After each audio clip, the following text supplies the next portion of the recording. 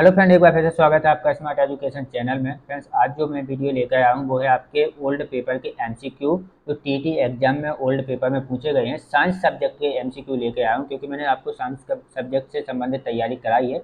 तो अभी भी जो है बैग 2 का चयन परीक्षा होने वाली है। तो जो भी स्टूडेंट साइंस से तैयारी कर रहे हैं तो उनके लिए आवश्यक है कि पिछले पेपर में जो है कैसे प्रश्न पूछे गए हैं। यदि आप तैयारी कर रहे हैं तो आपके लिए इम्पोर्टेंट है कि आपको पिछले ओल्ड पेपर के क्वेश्चन आंसर भी देखना चाहिए कि किस टाइप के प्रश्न पूछे जाते हैं, आपको क्या पढ़ना है क्या नहीं पढ़ना। तो देख लेते हैं। हमारे जो है आज मैं 24 क्वेश्चन लेके आया हूँ।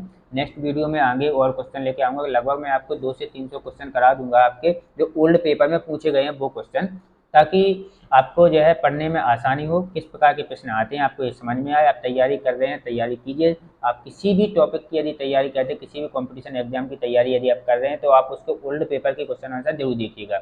यदि आप टीटी बैग 2 की चयन की आप यदि तैयारी कर रहे हैं तो उसका जो है ओल्ड पेपर के क्वेश्चन आंसर मैं साइंस के लेकर आया हूँ। आप मेरे वीडियो के जरिए जो है तैयारी कर सकते हैं। देख लेते हैं हमारा पहला प्रश्न क्या है। पहला प्रश्न जो आपका पूछा गया था, ये जो पेपर है ये 18 फरवरी का है 2019 में जो है दोपहर की शिफ्ट या सेकंड शिफ्ट में पूछे गए विज्ञान के क्वेश्चन आंसर हैं। तो पहला प्रश्न है आपका इसमें, मनोरंजन के साथ विज्ञान की दुनिया में बच्चों को प्रवेश कराने की एक रचनात्मक शिक्षण विधि जैसे कि खगोल विज्ञान, जीव विज्ञान, भौतिक, पृथ्वी विज्ञान आदि निम्न है। तो क्या कहलाते हैं ये बच्चों को रचनात्मक तरीके से शिक्षण विधि जो है आपकी, जैसे खगोल विज्ञान हो गया, जीव विज्ञान या भौतिक विज्ञान, पृथ्वी विज्ञान आदियों के लिए क्या कहलाती है ये। तो इसमें आपके जो ऑप्शन है वह ऑप्शन है आपका, पहला ऑप्शन है विज्ञान प्रदर्शनी, बी ऑप्शन है विज्ञान खेल, सी ऑप्शन है विज्ञान मेले और डी ऑप्शन है आपका विज्ञान गीत। तो मोस्टली बच्चे जो है इसमें विज्ञान मेले या विज्ञान प्रदर्शनी लगाए आते हैं, लेकिन ये गलत है। जो है आपका इसमें सही आंसर विज्ञान गीत, डी ऑप्शन आपका सही है। इसमें मैं यहाँ पर आपको चिन्ह लगाता जाता हूँ। आपका इसमें डी ऑप्शन जो है सही है, विज्ञान गीत। इसका नेक्स्ट प्रश्न है आपका दूसरा, कौन ऑफ एक्सपीरियंस का मॉडल किसने दिया था। कौन ऑफ एक्सपीरियंस का मॉडल किसने दिया था, तो एडगर डेल ने दिया था यार। तो इसमें आपके ऑप्शन देख लेते हैं। बर्टन ने दिया था, जेम्स एस केंडर ने दिया था, एडगर डेल ने दिया था या कार्टर बी गुड ने दिया था। इसमें जो आपका सही आंसर है एडगर डेल। कौन ऑफ एक्सपीरियंस का मॉडल किसने दिया था, एडगर डेल ने दिया था। नेक्स्ट प्रश्न देख लेते हैं हमारा तीसरा प्रश्न जो आपके ओल्ड पेपर में पूछे गए हैं। उसमें तीसरा प्रश्न है आपका, विकासात्मक मनोविज्ञान निम्न को छोड़कर अन्य वैज्ञानिकों द्वारा अध्ययन किया जाता है। विकासात्मक मनोविज्ञान किन वैज्ञानिकों के द्वारा अध्ययन किया जाता है। इसमें ए ऑप्शन है आपका मानव विज्ञानी द्वारा, बी ऑप्शन है आपका जीव विज्ञानी द्वारा, सी ऑप्शन है आपका भौतिक विज्ञानी द्वारा और डी ऑप्शन है आपका भौतिकविद द्वारा। तो देखिए इसमें आपका जो सही आंसर है जो है मनोविज्ञान जो है, विकासात्मक मनोविज्ञान का अध्ययन जो किया जाता है भौतिकविद के द्वारा किया जाता है। तो इसमें डी ऑप्शन आपका सही है, भौतिकविद द्वारा। इसके बाद चौथा प्रश्न आप देख लेते हैं क्या है आपका। चौथा प्रश्न है आपका, लघुकालीन से दीर्घकालीन स्मृति से सूचना स्थानांतरित करने की एक विधि क्या है। तो इसमें जो है आपके आंसर है, सॉरी, इसमें जो आपके ऑप्शन है आप ऑप्शन पढ़ते ही आपको आंसर आ जाएगा। ए ऑप्शन है आपका पूर्व अभ्यास, बी ऑप्शन है आपका पतन, सी ऑप्शन है आपका विलंबता और डी ऑप्शन है आपका चंकिंग। ठीक है, तो इसमें जो आपका दीर्घकालीन स्मृति को स्थानांतरित करने की जो आपकी विधि है वो होती है आपकी पूर्व अभ्यास। पहले आपने कोई चीज़ पढ़ा हो तो उसी को आप दीर्घकालीन आपकी स्मृति कहलाती है। पांचवा प्रश्न है आपका, भाषण की सबसे छोटी इकाई को क्या कहा जाता है। तो भाषण की सबसे छोटी इकाई क्या है। इसमें ए ऑप्शन है आपका रूपिम कहलाती है या मॉर्फीम, या इसके बाद बी ऑप्शन है आपका शब्द या वर्ड, सी ऑप्शन है आपका वाक्य विन्यास या सेंटेंस और डी ऑप्शन है आपका स्वनिम या फोनमस। तो इसमें जो है भाषण की सबसे छोटी इकाई को कहा जाता है स्वनिम, है ना। वाक्य विन्यास या सेंटेंस शब्द मत लगा के आ जाना आप कोई भी। इसका जो है सबसे भाषण भाषण की सबसे छोटी इकाई जो होती है वह होती है स्वनिम। इसमें डी ऑप्शन आपका सही है, स्वनिम। इसका नेक्स्ट प्रश्न है, जल की स्थायी कठोरता का कारण क्या होता है। तो जल की स्थायी कठोरता का कारण होता है मैग्नीशियम क्लोराइड, यह आपने पढ़ा होगा। इसमें देख लेते हैं CaCO3, ये चूना का है, ठीक है ना। CaCO3 कैल्शियम कार्बोनेट है, MgNO3 वोल्टवाइज MgCl2 और Na2CO3। तो इसमें जैसा कि मैंने बोला है जल की स्थायी कठोरता का कारण क्या होता है आप भी जानते होंगे, मैग्नीशियम क्लोराइड। तो सी ऑप्शन इसका आपका सही है, मैग्नीशियम क्लोराइड जो है जल की स्थायी कठोरता का कारण होता है। इसका नेक्स्ट प्रश्न देख लेते हैं हमारा सातवां। सातवां प्रश्न है, एक क्षैतिज समतल पर रखे एक निकाय पर 20 न्यूटन 30 न्यूटन और 50 न्यूटन के 3 बल लगते हैं। 20 न्यूटन और 50 न्यूटन बाईं ओर लगते हैं और 30 न्यूटन विपरीत दिशा में लगते निकाय पर लगने वाला परिणामी बल कितना है, वो किस ओर है। तो देखिए एक निकाय है जो आपका यहाँ पर रखा हुआ है, एक ओर लग रहा है आपका 20 न्यूटन और 50 न्यूटन, मतलब टोटल लग रहा है 70 न्यूटन। 70 न्यूटन लग रहा है एक साइड, विपरीत साइड लग रहा है आपका 30 न्यूटन। कितना? 30 न्यूटन। तो आपको बताना है कि परिणामी बल कितना है और किस ओर है। तो देखिए 30 न्यूटन यहाँ पर टोटल 70 न्यूटन, तो 30 न्यूटन एक दूसरे को क्या कर देगा, एक दूसरे को उदासीन कर देगा। 30 न्यूटन और 30 न्यूटन एक दूसरे का उदासीन कर देगा। 30 न्यूटन इस साइड लगेगा, 30 न्यूटन इस साइड, तो वस्तु कहीं पे भी नहीं जाएगी, बल किसी भी साइड नहीं लगेगा, डिस्ट्रीब्यूट नहीं होगा, क्योंकि 30 न्यूटन इस साइड, 30 न्यूटन इस साइड। लेकिन इस साइड जो है कितने न्यूटन अधिक है, आपको ये बताना है। इस साइड है आपका 40 न्यूटन अधिक है, तो आपका 40 न्यूटन इस साइड अधिक है। 70 में से 30 चला जाएगा तो कितना बचेगा? 40 न्यूटन। 40 न्यूटन किस साइड है आपका? बाईं ओर, है ना। तो बाईं ओर 40 न्यूटन होगा, जो आपका ऑप्शन वो सही होगा, बाईं ओर 40 न्यूटन। बी ऑप्शन आपका इसमें सही है, बी ऑप्शन आपका इसमें सही है, बाईं ओर 40 न्यूटन। आठवां प्रश्न है आपका इसमें, अल्ट्रा माइक्रोस्कोप कोलाइट के किस गुण के आधार पर स्थापित किया गया है। तो आपने कोलाइट विलयन पढ़ा होगा, क्लास 9th में कोलाइट विलयन दिया गया है। तो अल्ट्रा माइक्रोस्कोप कोलाइट के किस गुण के आधार पर स्थापित किया गया है, इसमें आपके ऑप्शन है आपका ब्राउनियम गति के द्वारा, बी ऑप्शन है आपका टेंडल प्रभाव के द्वारा, सी ऑप्शन है आपका विद्युत कण संचलन के द्वारा, और डी ऑप्शन है आपका जमाव के द्वारा। तो किस गुण के कारण जो है अल्ट्रा माइक्रोस्कोप कोलाइट को किस गुण के आधार पर स्थापित किया गया है, तो इसमें आपका सही आंसर है टेंडल प्रभाव के कारण। नौवां प्रश्न है आपका, खालिस्तान एकमात्र ऊष्मा स्थानांतरण का तरीका है जिसमें सामग्री माध्यम की आवश्यकता नहीं होती है। तो किस माध्यम से किस तरीके से जो है ऊष्मा का स्थानांतरण किया जाता है जिसमें जो है सामग्री माध्यम की आवश्यकता नहीं होती है। तो आपका ए ऑप्शन है संवहन। तो देखिए इसमें माध्यम की आवश्यकता होती है सामग्री माध्यम की। बी ऑप्शन है आपका ऊष्मा पंपिंग, तो इसमें भी होती है। सी ऑप्शन आपका चालन, तो इसमें भी होती है। और डी ऑप्शन आपका विकिरण। तो विकिरण में देखिए किसी भी सामग्री या माध्यम की आवश्यकता नहीं होती है, तो इसमें डी ऑप्शन आपका सही है। नौवीं का जो है सही आंसर हो गया डी ऑप्शन, डी ऑप्शन आपका इसमें सही होगा नौवीं का।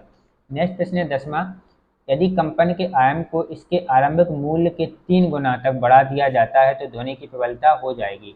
देखिए यदि कंपन के मूल को 3 गुना बढ़ा दिया जाता है तो इसमें ध्वनि की तीव्रता कितनी हो जाएगी? 9 गुना हो जाएगी। कितने गुना हो जाएगी? 9 गुना। तो इसमें जहाँ पर भी 9 गुना होगा आपका वो ऑप्शन सही होगा। अपने वास्तविक मान का 2 गुना गलत है, अपने वास्तविक मान का 6 गुना ये भी गलत है, अपने वास्तविक मान का 3 गुना ये भी गलत है, अपने वास्तविक मान का 9 गुना। तो इसमें जो डी ऑप्शन है आपका सही है, अपने वास्तविक मान का 9 गुना। एंड इसके बाद नेक्स्ट प्रश्न है 11, एक विद्युत सेल में ऊर्जा को इस रूप में संग्रहित किया जाता है। जो विद्युत सेल होते हैं, जैसे आप घड़ी के सेल हो गया, कोई भी सेल है, तो इसमें जो है विद्युत ऊर्जा को किस रूप में संग्रहित किया जाता है, तो ये आपने पढ़ा होगा रासायनिक ऊर्जा के रूप में संग्रहित किया जाता है।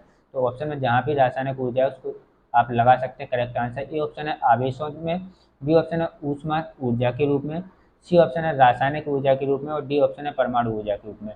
तो आपका सी ऑप्शन में सही है, रासायनिक ऊर्जा के रूप में। इसके बाद आपका 12वां प्रश्न है, उस कथन का चयन कीजिए जो सत्य नहीं है। आपको ऐसे कथन का चयन करना है जो सत्य नहीं है। तो ए ऑप्शन आपका ध्वनि वायु की अपेक्षा धातुओं में तेजी से यात्रा करती है, बिल्कुल सही। ध्वनि की तीव्रता जो है धातुओं में अधिक होती है और एल्यूमिनियम में सबसे अधिक होती है, ठीक है। एल्यूमिनियम में ध्वनि की तीव्रता बहुत अधिक होती है। इसके बाद निर्वात के माध्यम में ध्वनि आसानी से प्रसारित की जा सकती है, तो एक गलत है। निर्वात में ध्वनि को जो है गति करने के लिए या प्रसारित करने के लिए हमेशा माध्यम की आवश्यकता होती है, कोई ना कोई माध्यम होना आवश्यक है। ध्वनि हर माध्यम में चल सकती है, वायु में भी चल सकती है, ठोस में भी चल सकती है, द्रव में भी चल सकती है, लेकिन निर्वात में नहीं चल सकती है। तो ये तो आपका गलत है। तो वैसे आपका सत्य नहीं है ये याद करना, तो बी ही ऑप्शन हो जाएगा आपका सही। इसके बाद अलावा भी आप ऑप्शन देख लेते हैं, ध्वनि कंपन हवा स्तंभ द्वारा उत्पादित की जा सकती है, बिल्कुल हवा के द्वारा या कंपन के द्वारा ध्वनि को उत्पन्न किया जा सकता है। डी ऑप्शन है आपका किसी भी माध्यम से ध्वनि आसानी से प्रसारित की जा सकती है, बिल्कुल सही। ध्वनि को ठोस द्रव गैस तीनों माध्यमों में प्रसारित किया जा सकता है, बस स्पीड जो है अलग अलग होगी। तो सबसे अधिक स्पीड जो होती है ठोसों में होती है। नेक्स्ट प्रश्न देख लेते हैं हमारा 13वां, उन बलों के युग्म का चयन करें जो अस्पश्य या नॉन कॉन्टैक्ट बल हैं, ठीक है। तो ऐसे बल आपको बताना है, ऑप्शन में दिए गए हैं जो अस्पश्य या जिनको बोलते हैं नॉन कॉन्टैक्ट बल, ठीक है। तो ऐसे कौन से बल हैं, तो आपका ए ऑप्शन है चुंबकीय बल और स्थिर विद्युत बल। इसके बाद बी ऑप्शन है पेशी बल और चुंबकीय बल। सी ऑप्शन है आपका पेशी बल और घर्षण बल है। डी ऑप्शन है आपका स्थिर विद्युत बल और घर्षण बल। तो देखिए इसमें आपका सही ऑप्शन है जो है आपका घर्षण बल होता है और स्थिर विद्युत बल, ये दो बल ऐसे होते हैं जो नॉन कॉन्टेबल बल कहलाते हैं या कॉन्टैक्ट बल कहलाते हैं। इसमें जो है आपका ये दोनों जो है आपके डी ऑप्शन में है, स्थिर विद्युत बल और घर्षण बल, तो आपका इसमें डी ऑप्शन सही है। नॉन कॉन्टैक्ट बल कौन कौन से हैं? स्थिर विद्युत बल और घर्षण बल। इसके बाद नेक्स्ट है आपका 14वां प्रश्न, प्रत्यावर्ती धारा का उपयोग इनमें से नहीं किया जाता है। तो किसमें प्रत्यावर्ती धारा का उपयोग नहीं किया जाता है? ट्रांसफार्मर में प्रत्यावर्ती धारा का प्रयोग किया जाता है, विद्युत तापन में प्रत्यावर्ती धारा का प्रयोग किया जाता है, विद्युत गीजर में प्रत्यावर्ती धारा का प्रयोग किया जाता है, विद्युत लेपन में जो है प्रत्यावर्ती धारा का प्रयोग नहीं किया जाता, इसलिए डी ऑप्शन आपका बिल्कुल सही हो जाएगा। इसके बाद नेक्स्ट 15वां प्रश्न देख लेते हैं, जल वाष्प के द्रव्य में रूपांतरण की प्रक्रिया क्या कहलाती है? तो इसको आप सब लोग जानते होंगे, जिसके कारण जो है बारिश होती है, संघनन कहलाता है।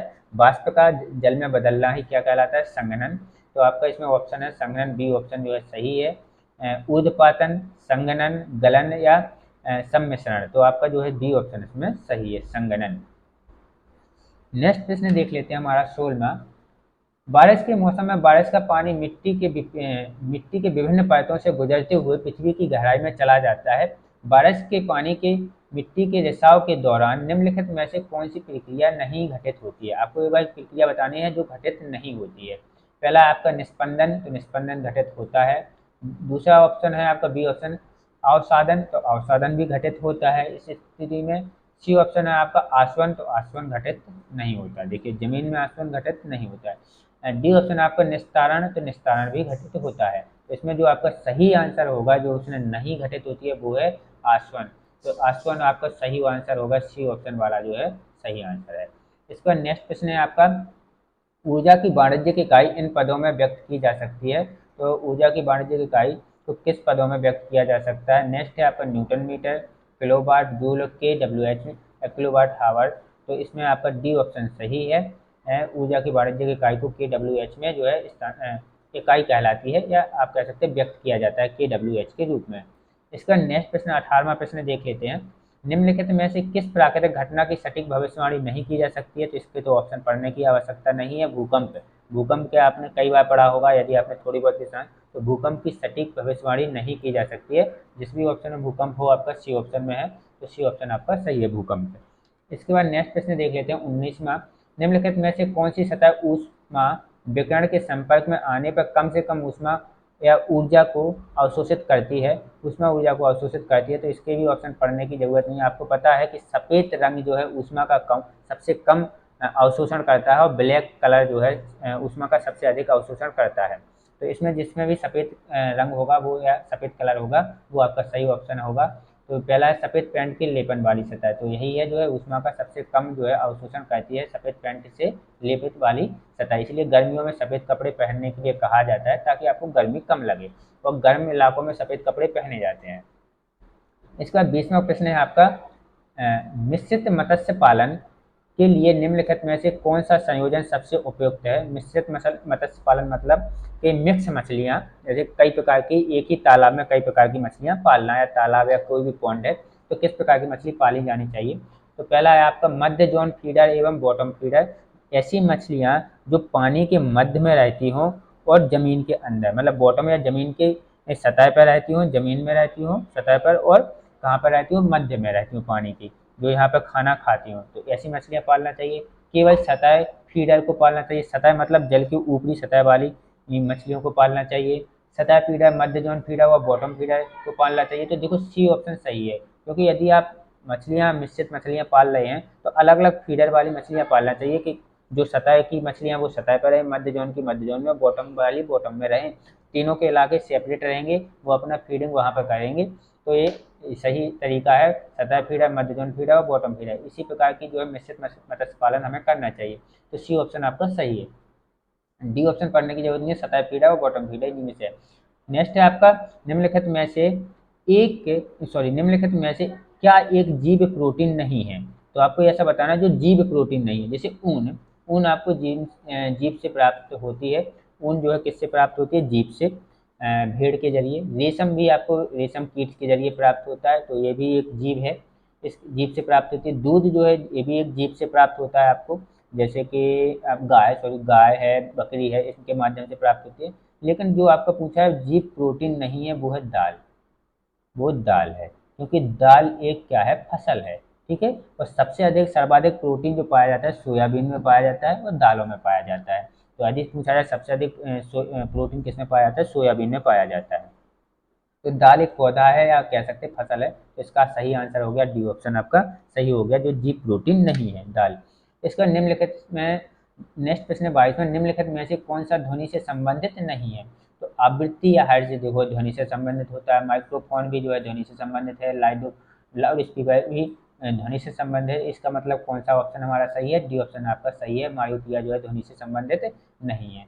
नेक्स्ट 23 क्वेश्चन है आपका 23वां, निम्नलिखित में से क्या फसल आवर्तन का मुख्य लाभ नहीं है। तो आपको इनमें ऑप्शन में से बताना है निम्नलिखित में से क्या फसल आवर्तन का मुख्य लाभ नहीं है। ऑप्शन पढ़ के आपको बन जाएगा। ये ऑप्शन है आपका उर्वरकों का अतिरिक्त अतिरिक्त उपयोग। तो देखिए उर्वरकों का अतिरिक्त उपयोग नहीं करना चाहिए। खाद और उर्वरक के बारे में आप जानते होंगे, खाद किसको बोलते हैं, क्लास 9th की या 8 में है, शायद 8 में है खाद और उर्वरक के बारे में, 9th में भी होगा, है ना। तो उर्वरक और खाद क्या कहलाते हैं, इसके अंतर आप जानते होंगे। खाद वह होता है जो आप जैसे गोबर या घास फूस से या आपकी सब्जियों के सड़े गले इनसे बनती है, उसको खाद बोलते हैं।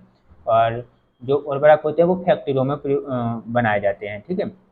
तो उर्वरक जो है वो खराब होते हैं, हमारी जो है ज़मीन के लिए, ज़मीन की उर्वरक शक्ति को समाप्त कर देते हैं। तो उर्वरकों का अतिरिक्त उपयोग, ये आपका ऑप्शन सही होगा। लेकिन फिर भी देख लेते हैं, मृदा उत्पादकता का संरक्षण, ये सही बात है, करना चाहिए मृदा उत्पादकता का संरक्षण। खरपतवार का नियंत्रण रखना चाहिए, उपज में वृद्धि करनी चाहिए। लेकिन जो उर्वरकों का अतिरिक्त उपयोग करना ये सही नहीं है, फसल आवर्तन का मुख्य लाभ नहीं है ये। ठीक है। तो ये आपका उसमें ऑप्शन सही होगा, ए ऑप्शन।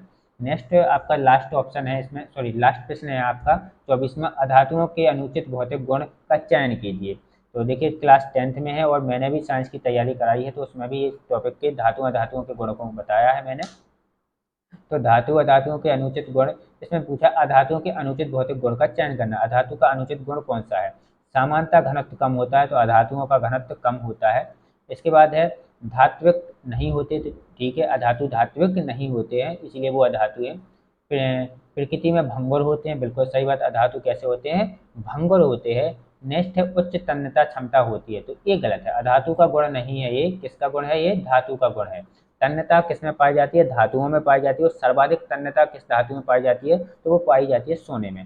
सोने में सर्वाधिक तन्यता पाई जाती है। तो इसमें 24 का जो आपका सही आंसर होगा वो होगा डी ऑप्शन आपका सही होगा। उच्च तन्यता क्षमता जो है अधातुओं में नहीं होती है, तो भौतिक गुण चयन करें, अनुचित गुण करना था चयन, तो यही अनुचित गुण है अधातु का। इसके साथ फ्रेंड्स आज के जो है एमसीक्यू के क्वेश्चन हमारे खत्म होते हैं। ये ओल्ड पेपर में पूछे गए क्वेश्चन जो है मैंने आपको कराए। इसके बाद मैं और भी क्वेश्चन लेके आने वाला हूँ साइंस के, जो है ओल्ड पेपर में पूछे जाने वाले एमसीक्यू। यदि आप मेरे चैनल पर नए हैं तो प्लीज़ सब्सक्राइब बटन पर जाकर सब्सक्राइब कर लें, बेल आइकन को दबाना बिल्कुल मत भूलें, अपने दोस्तों को शेयर कीजिएगा। यदि आप टीटी की तैयारी कर रहे हैं तो चैनल पर बने रहिएगा, आपके लिए और भी ओल्ड पेपर के एमसीक्यू आएंगे। और साथ में ही मैं आपको सिलेबस की तैयारी भी कराऊंगा चयन परीक्षा की, क्योंकि अभी सिलेबस नहीं आया है। सिलेबस जैसे ही आ जाएगा तो मैं उसकी तैयारी आपको करा दूंगा टॉपिक वाइज। वैसे मैंने बता दिया है आपको 9th और 10th की साइंस की किताब को पढ़ना है, बहुत अच्छे से उनके टॉपिकों को पढ़ना है, गहराई से पढ़ना है, बिल्कुल बारीकी से, आपको जो है पेपर निकल जाएगा गारंटी से। Thanks for watching my video friends.